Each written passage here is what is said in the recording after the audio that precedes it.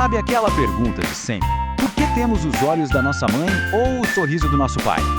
Essa questão foi, por séculos, um dos maiores mistérios da vida. E a resposta, olha só, não veio de um laboratório super tecnológico, mas sim de um jardim tranquilo, cuidado por um monge no século XIX. Com simples ervilhas, ele desvendou os segredos da hereditariedade e basicamente criou a base para a ciência da genética. Bom, vamos refazer os passos de Mendel. Primeiro, vamos conhecer o homem e sua escolha genial pelas ervilhas. Depois, a gente decifra o vocabulário básico da genética, para então mergulhar nas suas duas leis revolucionárias. E por fim, vamos ver como tudo isso se conecta e forma o alicerce do que entendemos hoje sobre herança.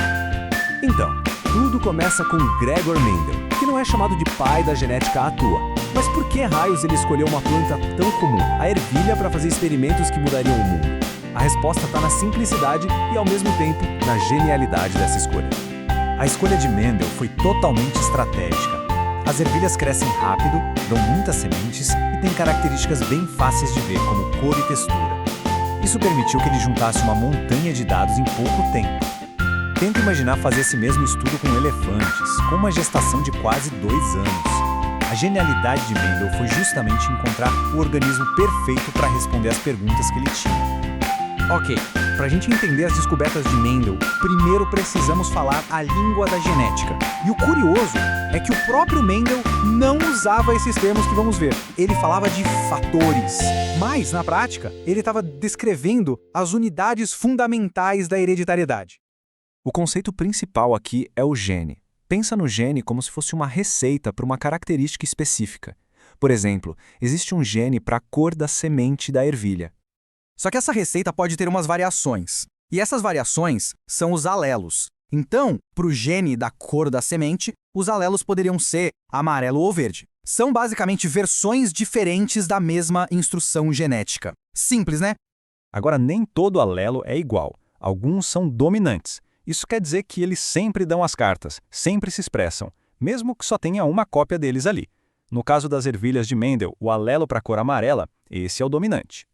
E a contraparte é o alelo recessivo. Ele é mais tímido, só aparece se não tiver nenhum dominante por perto para ofuscar ele. O alelo para a cor verde é recessivo, por isso a gente só vê ervilha verde quando não tem o alelo amarelo na jogada. É como um sussurro numa sala onde o alelo dominante está gritando.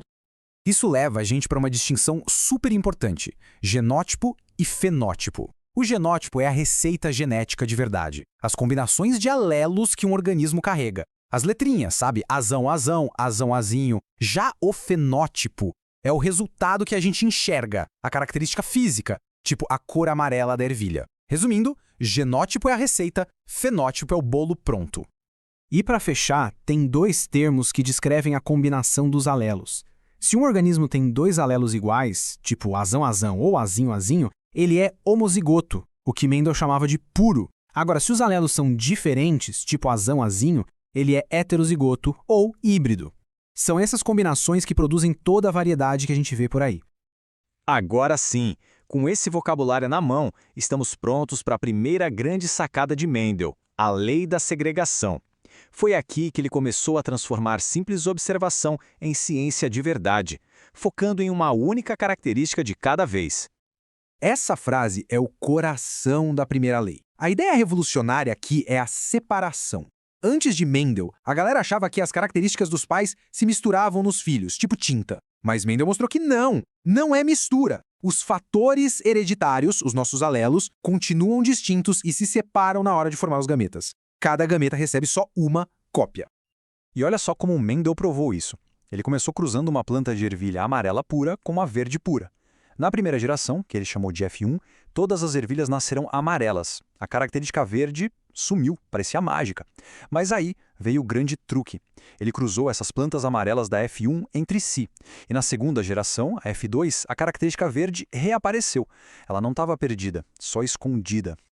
E como isso é possível? A resposta está nessa ferramenta aqui, o quadro de Punnett. É simples, mas muito poderosa. Ela ajuda a gente a prever os resultados de um cruzamento genético. Colocando os alelos dos pais nos eixos, dá para ver todas as combinações possíveis para os filhos. É a matemática explicando o reaparecimento da ervilha verde. E os resultados eram incrivelmente consistentes. Mendel contou milhares e milhares de ervilhas e descobriu uma proporção que sempre se repetia. Para cada 3 ervilhas amarelas, aparecia uma verde. Essa proporção de 3:1 não era coincidência, era prova de que a hereditariedade seguia regras matemáticas, previsíveis. Depois de entender como uma única característica era herdada, a curiosidade de Mendel não parou. Ele se fez uma pergunta ainda maior. E se ele acompanhasse 2 características ao mesmo tempo? Será que a cor da semente afetava a textura dela? Elas eram herdadas num pacote só ou cada uma seguia seu próprio caminho? E a resposta veio com a segunda lei, a lei da segregação independente. Basicamente, a herança de uma característica não influencia a herança de outra. Pensa que é como embaralhar 2 baralhos de cartas separados. A carta que sai de um baralho não tem absolutamente nada a ver com a carta que sai do outro. Cor e textura eram distribuídas para os descendentes de forma independente. Então isso quer dizer que uma planta que é híbrida para as 2 características, tipo amarela e lisa, não produz só gametas amarelo-liso. Por causa da segregação independente, ela produz 4 tipos de gametas, cobrindo todas as combinações possíveis de cor e textura. E quando Mendel cruzou essas plantas de híbridas, ele descobriu outra proporção matemática super elegante. De cada 16 plantas descendentes, a distribuição era sempre a mesma. 9 delas mostravam as 2 características dominantes, como amarelo e liso. Outras 3 mostravam uma combinação de dominante com recessivo, tipo amarelo e rugoso. Mais 3 mostravam a combinação oposta, ou seja, verde e liso. E por fim, apenas um mostrava as 2 características recessivas, verde e rugoso. Essa proporção, 9:3:3:1, foi a prova final de que as características eram, de fato, herdadas de forma independente. Certo, então vamos juntar tudo e comparar essas 2 leis que mudaram a biologia para sempre, só para garantir que a diferença entre elas fique bem clara. A diferença é simples, mas ao mesmo tempo profunda. A primeira lei, a da segregação, foca em um único gene. Ela explica como os 2 alelos de um pai se separam, o que resulta naquela proporção de 3:1. Já a segunda lei, da segregação independente, lida com 2 ou mais genes diferentes, mostrando que eles não estão amarrados um ao outro, eles se distribuem de forma independente. É isso que cria a proporção de 9:3:3:1. Uma lei fala de separação, a outra fala de distribuição independente. O trabalho de Mendel com as ervilhas deu pra gente as regras fundamentais da hereditariedade. Mas isso nos deixa com uma pergunta fascinante, não é? Se regras tão simples assim governam as ervilhas, quão incrivelmente complexas devem ser as regras que nos governam? As descobertas de Mendel não foram o fim da história. Foram, na verdade, o começo de uma jornada incrível para decifrar o código da própria vida.